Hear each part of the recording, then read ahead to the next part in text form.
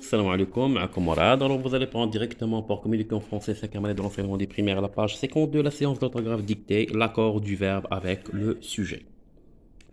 Alors on va commencer. Alors la première phrase, il y a un support qu'on voyait un élève ou bien un garçon en train d'écrire écrire quelque chose. Bon, j'observe et je découvre. Alors la première phrase, l'enfant parle de ses devoirs. Alors un enfant qui fait ses devoirs, d'accord? Alors l'enfant parle de ses devoirs. La deuxième phrase, les enfants parlent de leurs devoirs. La troisième phrase, nous parlons de nos devoirs, de nos loisirs. Et la quatrième phrase, ma grand-mère est venue chez nous.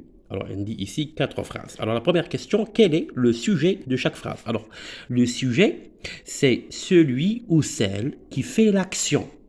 إذن هو ذاك لو سوجي هو ذاك الشخص او يعني الذي يقوم بالفعل اللي كيقوم بالفعل par exemple parle alors qui parle alors ici c'est l'enfant qui fait l'action de parler d'accord alors qui fait l'action de parler c'est l'enfant alors le sujet c'est celui ou celle qui fait l'action alors quel est le sujet de chaque phrase alors dans la première phrase le sujet ou l'enfant l'enfant est un nom masculin singulier مذكر مفرد.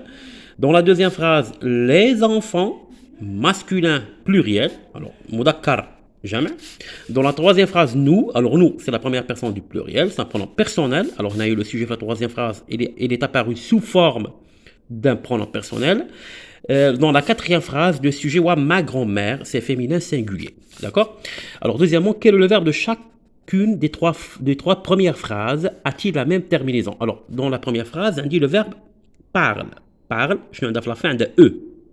D'accord? Dans la deuxième phrase, on dit parle, alors le même verbe, mais il a ENT à la fin. Dans la troisième phrase, le même verbe, c'est le verbe parler, on a ONS. Alors, qu'est-ce que vous constatez ici? Alors, est-ce que ces verbes,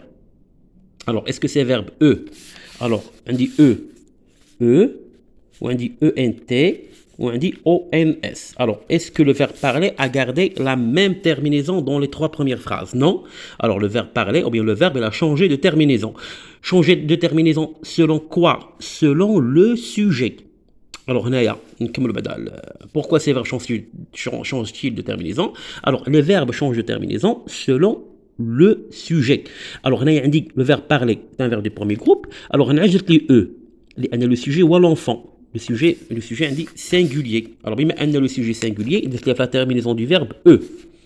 D'accord? On a dit les enfants. Allez, je dis ENT. Parce que les enfants, c'est le pluriel. Alors, je peux remplacer les enfants par il avec S. Il y a la troisième personne du pluriel. Alors, des enfants, on dit, je peux remplacer les enfants par il. D'accord? Alors, on a parle, bien sûr, ENT. Nous parlons, on a un ONS, parce que le sujet est nous. D'accord? Et donc, la conclusion, le verbe change de terminaison selon le sujet. Le verbe change de terminaison selon le sujet.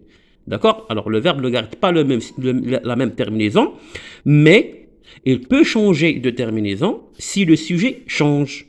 Il y a un singulier, la terminaison est singulier. Il y a un pluriel, il y a il. إذا عندي la terminaison du pluriel هي ENT عندي هنا نو اللي حتى هي pluriel درنا لها la terminaison ONS. alors كان معكم مراد وبعد قليل سنمر للجزء الثاني.